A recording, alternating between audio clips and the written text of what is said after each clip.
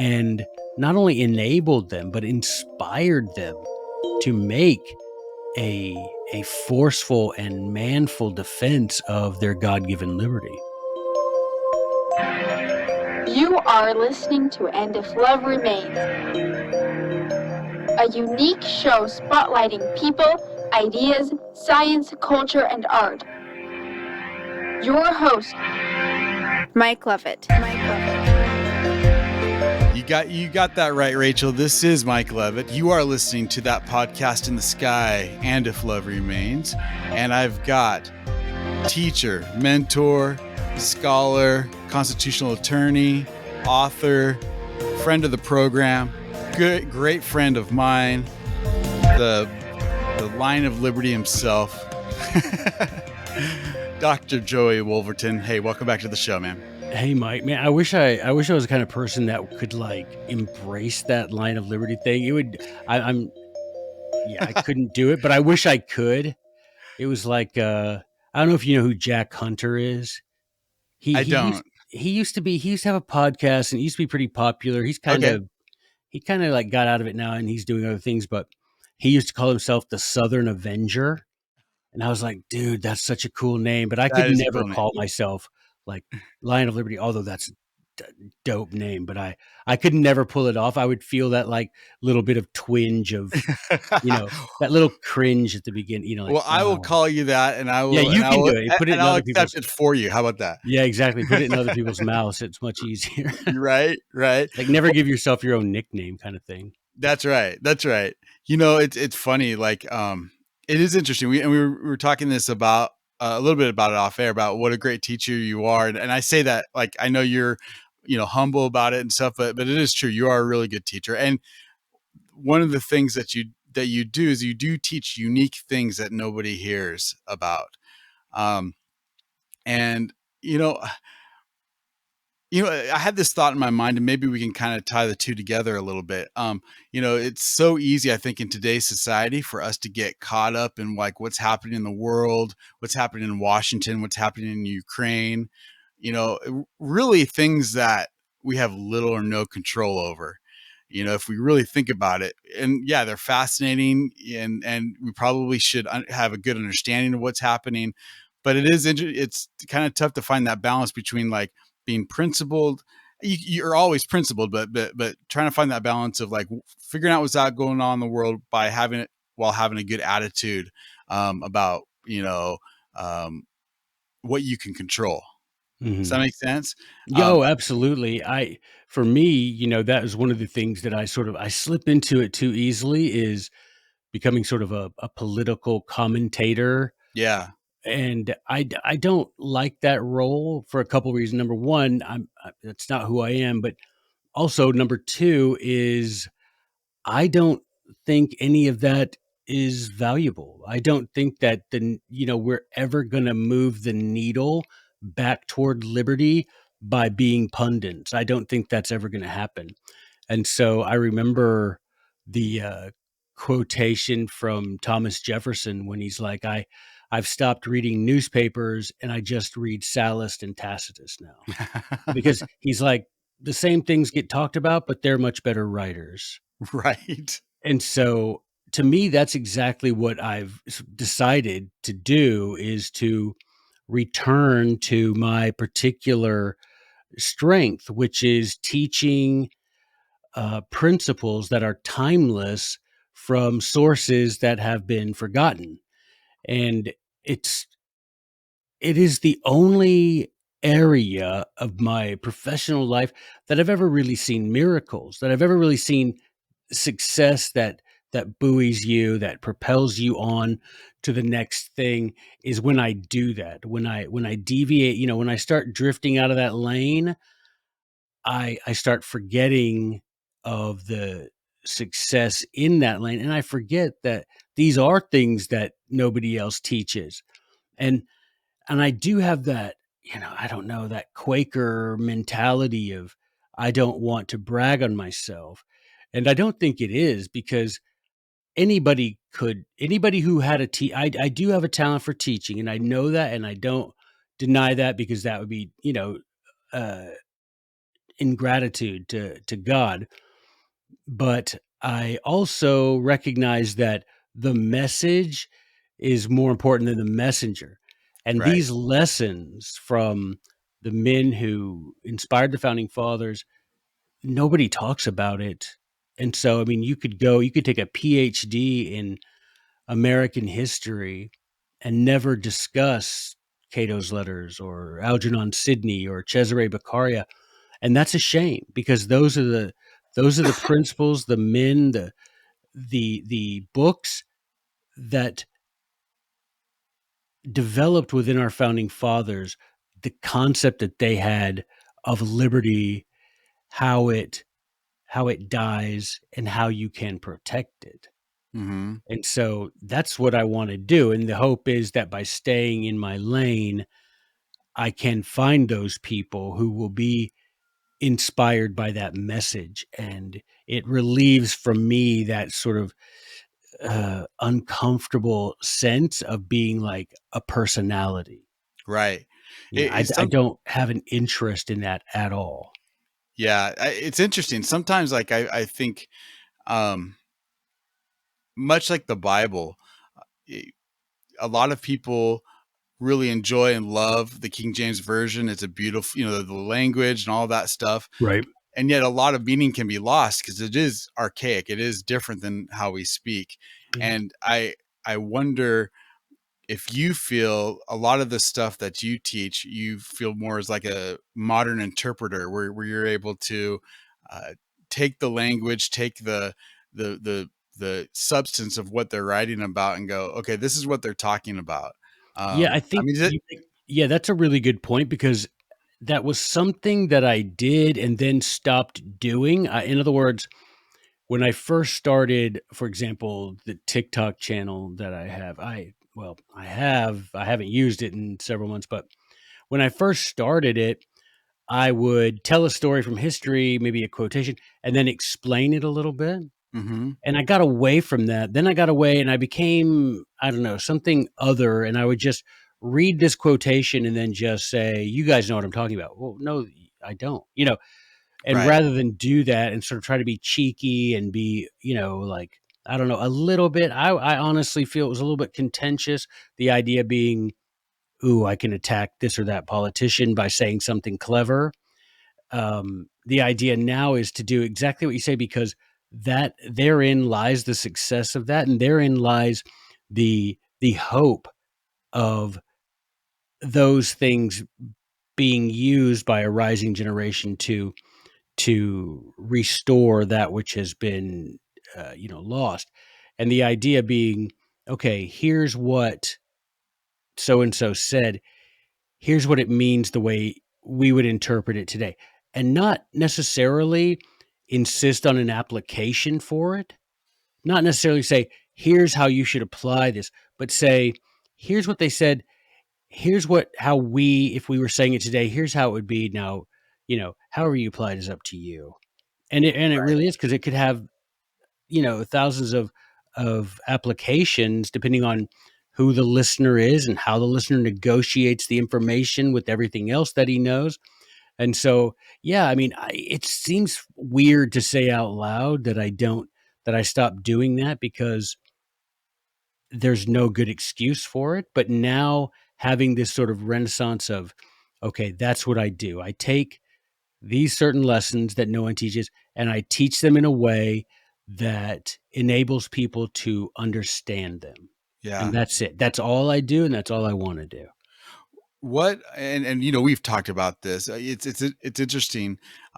You were part of this book club that you've organized and put together, which is wonderful. Where we're reading Meditations by Marcus Aurelius, Mhm. and of course, anybody who's interested, contact us if you want to join.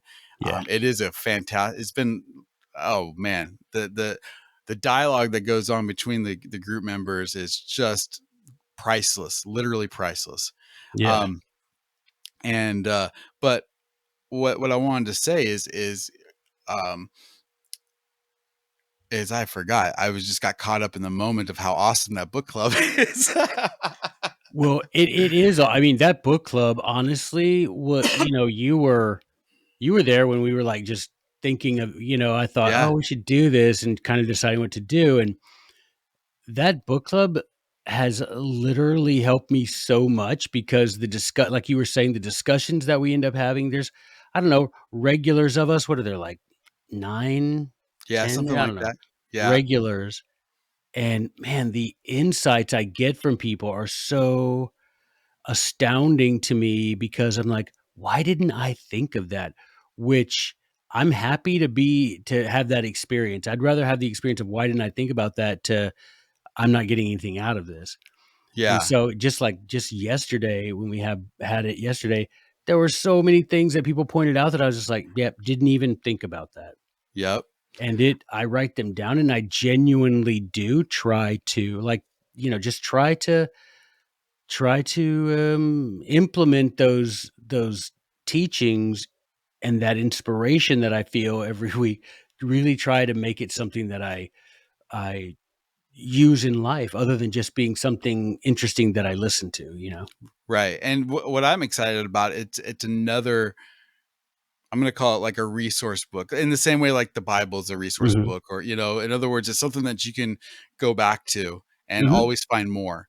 Yeah, and you Um, don't even need to read it in order. I mean, we're doing that just to make it simple, but you don't, it's not a narrative that progresses chronologically. It's just yeah. it's just Marcus Aurelius's random thoughts written down. But yeah, man, that book is so good and so pliable. Yeah. Every little thing. It's like you can take that and find application for it for whatever your needs are, particularly if you're someone who doesn't have maybe the foundation of religion or scripture or whatever. If you're someone who is genuinely and sincerely seeking for some sort of timeless philosophical basis upon which to build a successful life, I think You meditations can't. is good for that for sure. Yeah, for sure. For sure. I'm going to ask you something, and I've never heard you talk in these terms, so I don't mean to put you on the spot, but um, uh, I was thinking about, because you often talk in or teach in terms of like personalities or books, Hmm. in other words, this is what so and so taught, and these are the books that so and so wrote.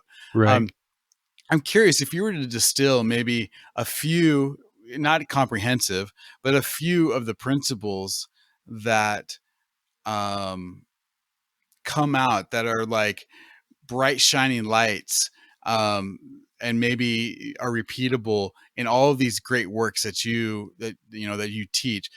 Would you be able to name a couple of them that you think just like, oh, these are what the founding, this is why these are the principles that resonated with the founding fathers and anything that they read and Yeah. Well, at the beginning of the Founder's Recipe book, I actually have a section that like 16 principles of, I don't know what I call it, freedom or liberty or something. yeah. And I put these 16 principles and then like sources where you can go, not only sources from the statements of our founding fathers, but then the books that they read where you can go and see. But I actually like that. I'm glad you're recording this because maybe I'll say something that helps myself because being required to think about it. I think I, first and most important, I think would be you don't you don't get your rights from a piece of paper. The founding fathers were insistent that God is the source of our rights, and therefore, as the giver, he is the only one qualified to take away. Therefore, there is that's, unalienable as used in the Declaration of Independence does not just mean someone can't take it. It also means you can't give it, right?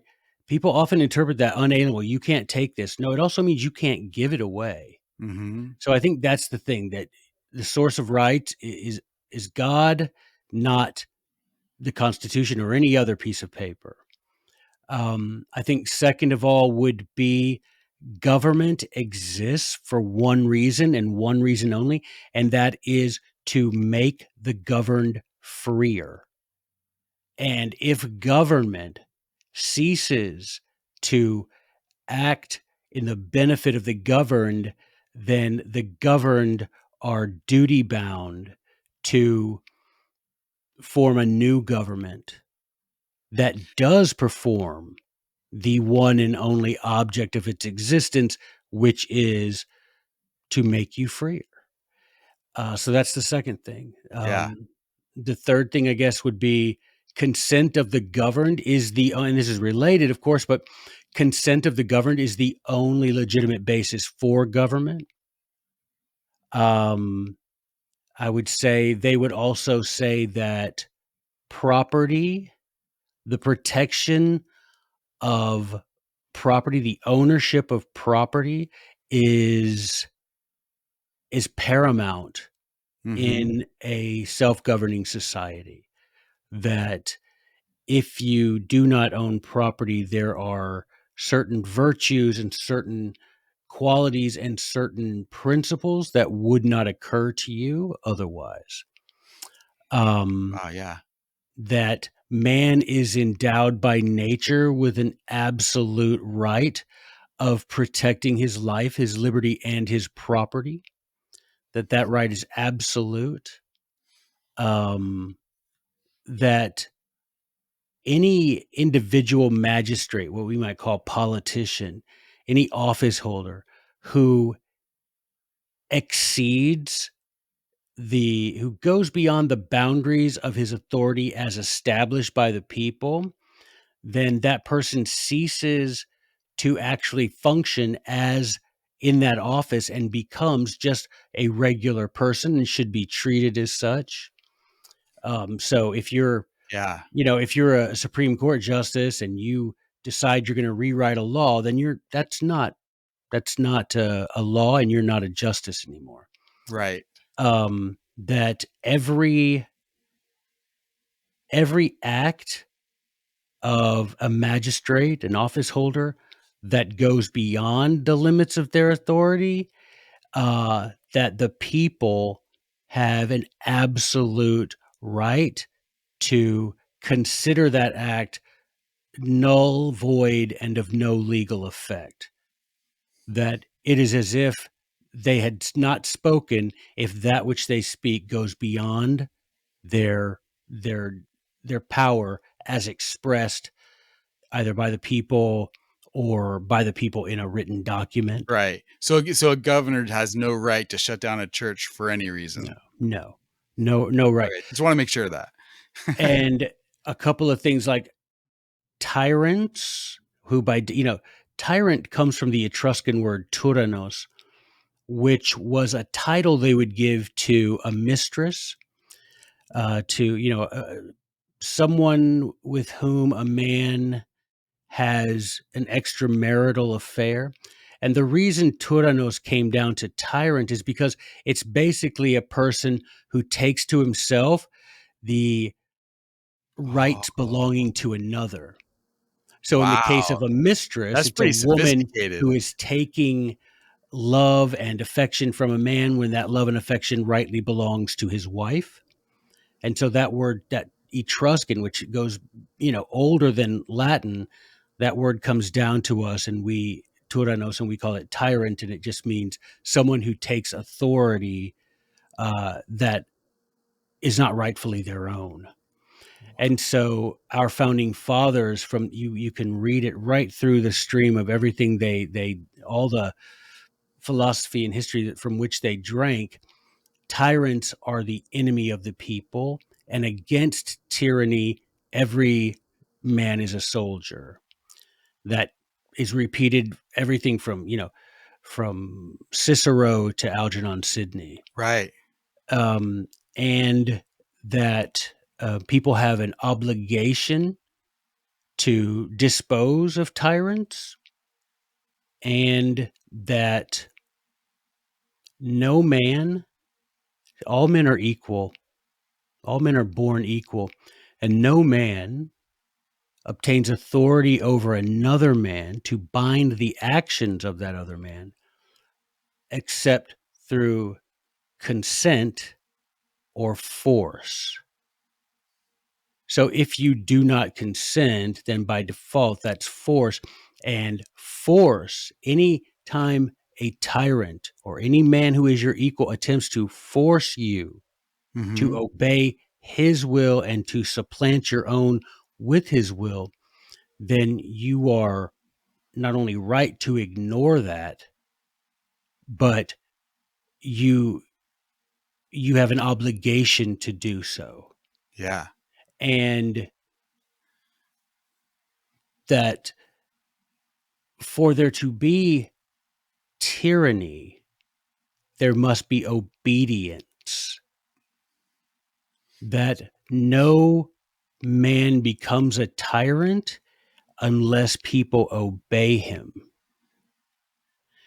And I mean those every society has the natural right to enter and to exit confederacies Mm-hmm. as they wish, as benefits them. Because at the end of the day, any sort of government, the idea of that government is that it is benefiting you. And if you, as you know, a smaller society join together with other small societies in some sort of league or some sort of commonwealth, and that league or commonwealth no longer serves your purposes, then you are absolutely within your rights to exit, Mm-hmm. to withdraw from that league.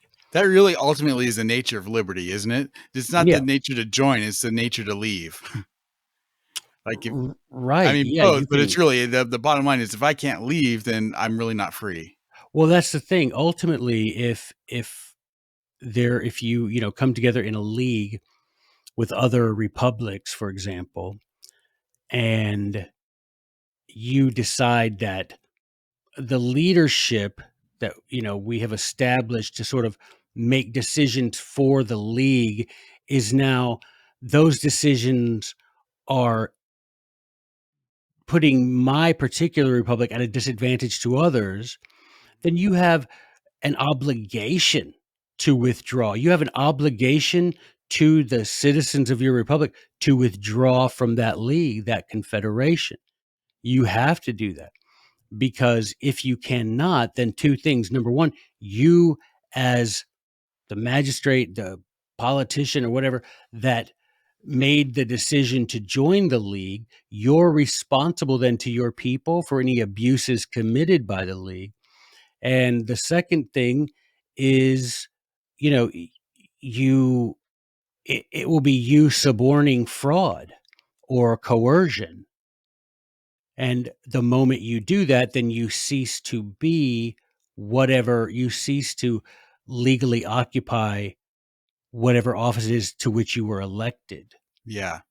And all of the, I mean, and of course, when you talk economically, the idea is that every man is entitled to enjoy the fruits of his own labor without interference or obligation to any other man. That if you want to help your fellow man, that's on you, but you have no, you cannot be forced Right. to give money to others. That you have the right to keep that which is yours. And I know if you permit the government to force charity upon you, then if you let them do it at 1%, philosophically, there's nothing that stops them from taking 100%.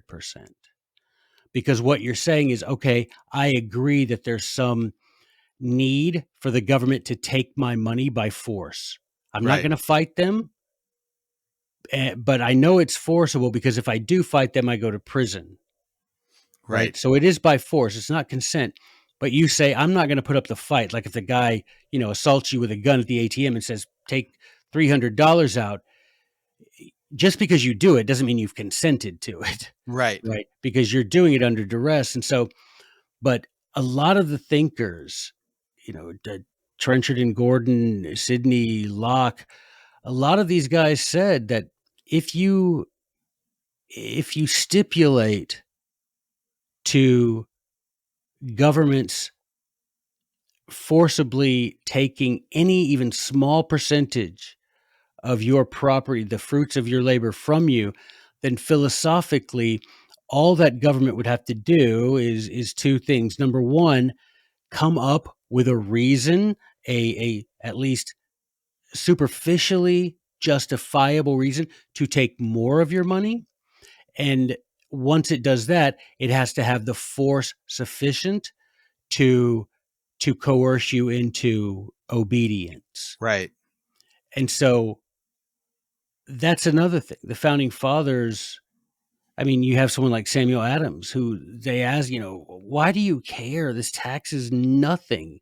And he's like, it could be a penny a decade and I wouldn't pay it because of the principle of it, Yeah. And Yeah. so, Speaking of that, I don't know if you and I don't want to. I want to state a principle, and I think we can have a principle discussion about this. But it is something that I just saw with the Supreme Court. You and I find it fascinating.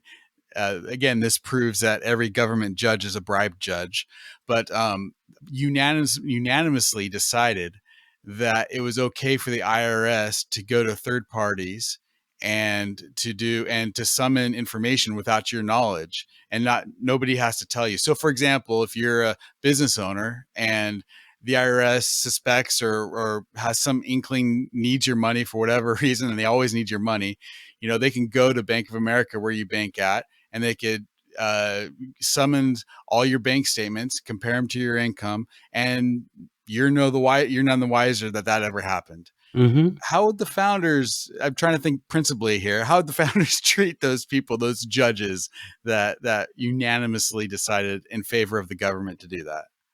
Hang them from the highest tree. Right? That's I mean, that's what I if you wanted. read, I'm like, Clarence Thomas, you jerk.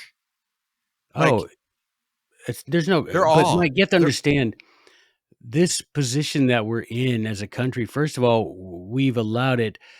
And second of all, our founding fathers never would have, they wouldn't. I mean, you can just see in the record of their acts. I know that there's a recent biography of Samuel Adams that was, and it's a brilliant biography of Samuel Adams. And in it, the biographer says, this was not, this is one of those things where there were petition after petition after petition after appeal to justice and right and rights of an Englishman and Magna Carta and just common decency. 10 years of ignoring those, and it's like the founding fathers, like, the shot heard around the world. But what it says in this biography is like, that is true. But also, people in the colonies, individual men would refuse to serve in positions like tax collector right, or anything like that because they had seen, I mean, they literally, a mob of people went to the home of the governor, the royal governor, and just ransacked it and ran he and his family out in the middle of the night. They could get in a boat and go to England, go back to England. But and people see that as so violent, and yes, it is, but you're just matching force for force. It's like in the law, I don't know about every state, but for example, in Tennessee, there's this thing where if someone breaks into your home, there's a presumption that they intend to do harm to you, and you can answer that with whatever force you have available, including deadly force. And so, yes, I have, theoretically, you have a security company and you have a little sign, ADT or whatever in your yard.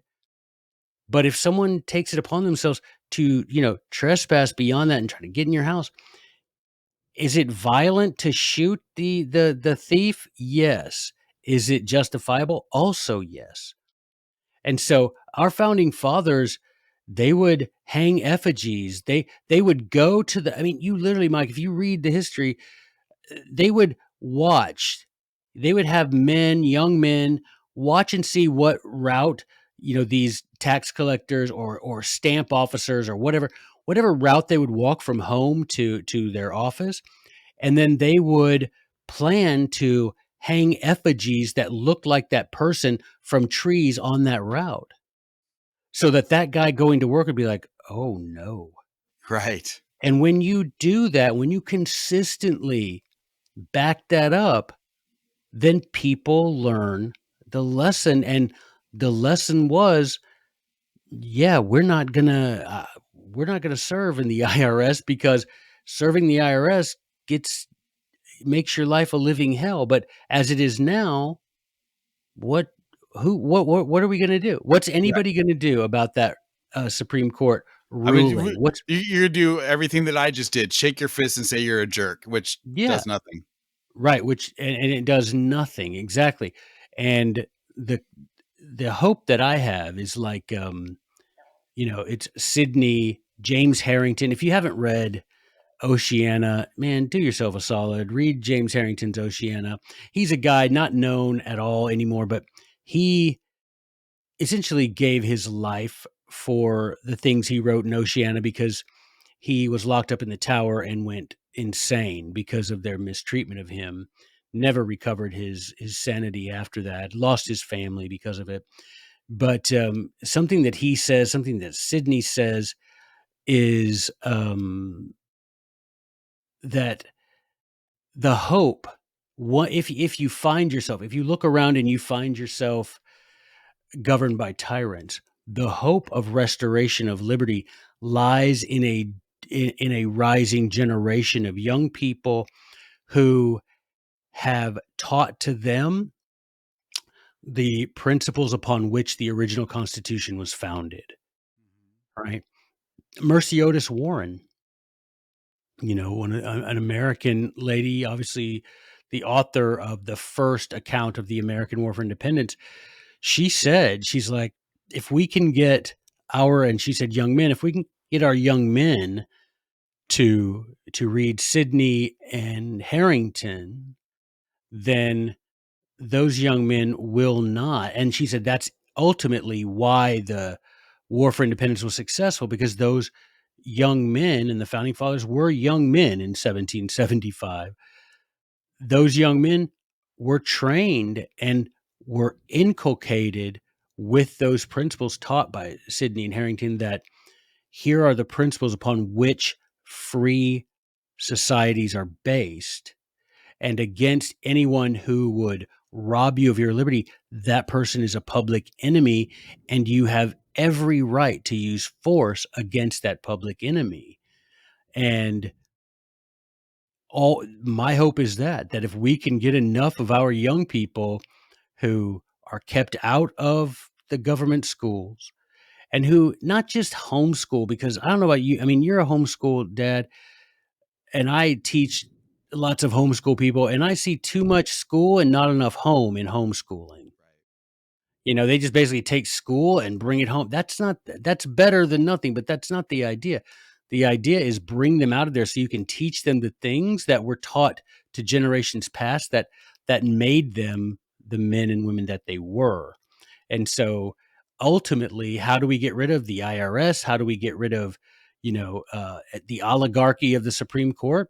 Simple. We have a generation that rises up and not only refuses to acknowledge their decrees, but forcefully pushes them back inside the boundaries of their consensual authority. And if that takes force, then that's what it takes. Right. Right. And That's we will have those, you know, we will have those people. There's no doubt about that. Whether it requires ultimately some sort of, armed, bloody resistance, I don't know. I'm hopeful that it won't, but if it does, we'll have a generation of people prepared to do that. And that's that's what it takes, Mike. I mean, yeah. ultimately, we like to put pictures of the founding fathers on the wall, but we sure hate doing what they did. And when anybody mentions doing what they did, even conservatives, ooh, they cringe when Oh, you mention the oh, violence used by our founding, but it was violence. the I mean the founders were complete radicals compared to any kind of, right-wing conservative that you'd see today. I mean, such radicals. Oh, yeah. I mean, Yeah. Thank goodness. they're not even on the same plane, you know? Oh, I mean, thank goodness that they felt that way. It's like people always say when I do these videos and I quote these, just fiery quotations from the guys that our founding fathers read growing up. They're like, "Oh my gosh." And I'm like, "Yeah, I get what you're saying. Oh my gosh." When someone like Trenchard and Gordon says, "Well, just lop their heads off. You don't need to invent a new way to punish tyrants. Just cut their heads off, right? Or just hang them. You don't need new think up some new way to punish them. Just do the old ways are just fine. It's fine Right. and it's quick." And so But the other thing is that clarity of people thought. Like, grouse and get a little bit like, "Oh, you shouldn't say that." I'm like, well, it's a good thing someone said it, because those are the principles that taught our founding fathers and not only enabled them, but inspired them to make a forceful and manful defense of their God-given liberty. You are listening to And If Love Remained. First of 23 installments requested by Dr. Levitt. Trying to be in compliance here because we're taking him and that whole organization down.